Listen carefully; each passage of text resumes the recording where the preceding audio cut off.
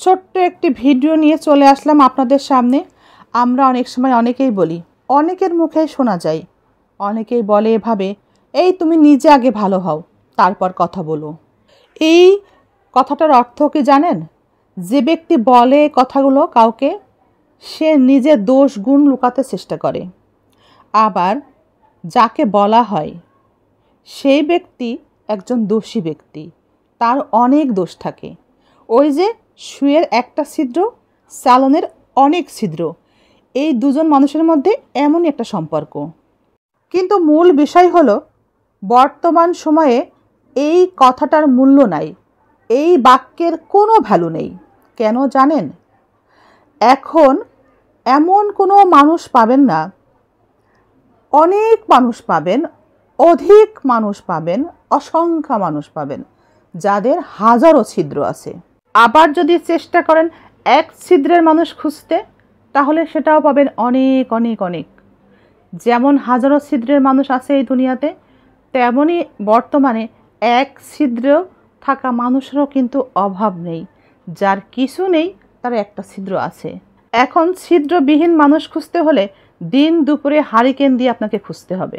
তবে এখন আপনিই বলুন, এই কথার এখন কোনো মূল্য আছে? এখন বা এই বর্তমান সময়ে কোনো মূল্য নাই। এই কথাটি যে তুমি আগে শুধরাও নিজেকে, তাহলে সব ভালো হয়ে যাবে, এই বাক্যটির মূল্য ছিল। কারণ তখন হাজারো মানুষ পাওয়া যেত যারা একদম ফ্রেশ, একেবারে ফ্রেশ মানুষ।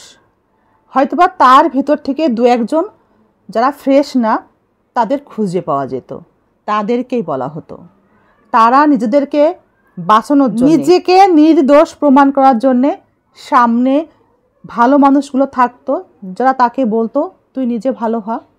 ওই মানুষগুলোর দিকে আঙ্গুল তুলতো এবং মিথ্যা কোনো একটা প্রলেপ বা বদনাম দেওয়ার চেষ্টা করতো, তুলে ধরতো, মিথ্যা কথা বলে বসতো তাকে ছোট করার জন্যে, নিজের পিঠ বাঁচানোর জন্যে। তখন সেই ভালো মানুষগুলো বলতো এই নিজে আগে ভালো হ। সেই আগের দিনে মানাতো কথাগুলো, কারণ আগের দিনে ভালো মানুষের সংখ্যা বেশি ছিল। কিন্তু এখন আমরা যে কেউ যদি মুখ দিয়ে বলে এ কথাটা, এই তুমি নিজে আগে ভালো হও, এ কথাটা বললে এর অর্থ দাঁড়ায় যে বলছে সেও ভালো না, যাকে বলছে সেও ভালো না। যে বলছে সে কোনো না কোনো অন্যায়ের সাথে জড়িত, আবার যাকে বলা হচ্ছে সে তো অন্যায় করেই যাচ্ছে। অর্থাৎ দুজনের সমান অপরাধী। বর্তমান সময়ে এই কথাগুলো যারা বলে তারা সমান অপরাধী। তারা নিজেকে সেভ করার জন্যে, নিজের স্বার্থকে উদ্ধার করার জন্যে অন্য কোনো একজন অপরাধীর দিকে এই কথাটা ছুঁড়ে মারে, ছুঁড়ে দেয় তার দিকে যে তুমি আগে ভালো হও। এটা বলার অর্থ সে নিজে ভালো হবে না, সে নিজে কখনোই ভালো হবে না, যা আছে সে ভালোই আছে। তুমি ভালো হও, তুমি ভালো হয়ে তোমার নিজের ক্ষতি করো। সে নিজে ভালো হয়ে নিজের ক্ষতি করতে চায় না। এই অর্থেই এই বাক্যটি এখন অনেকেই ব্যবহার করে। কিন্তু যদি কেউ নিজেকে অনেক বুদ্ধিমান, অনেক শিক্ষিত, সুশিক্ষিত, উচ্চশিক্ষিত মনে করে এই বাক্যটি ব্যবহার করে থাকেন, আমি তাদের উদ্দেশ্যে বলবো, নিজে ভালো হলে কখনো সমাজ ভালো হয় না। একটা পরিবারের একজন ব্যক্তি অথবা একটা সমাজের একজন ব্যক্তি ভালো হয়ে সে সকল সমাজের খারাপ দিকগুলো পরিবর্তন করে সমাজটাকে ভালোর দিকে আনতে পারে না, কখনোই সম্ভব না।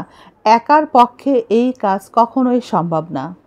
যারা নিজেদের স্বার্থ ঠিক রাখতে এই কথাগুলো বলি, তাদের উদ্দেশ্যে আমি বলি, সমাজের উন্নতি, উন্নয়ন, পরিবর্তন চাইলে সমাজের ভালো মানুষগুলোর একত্রিত হয়ে ঐক্যবদ্ধ হয়ে কাজ করতে হবে।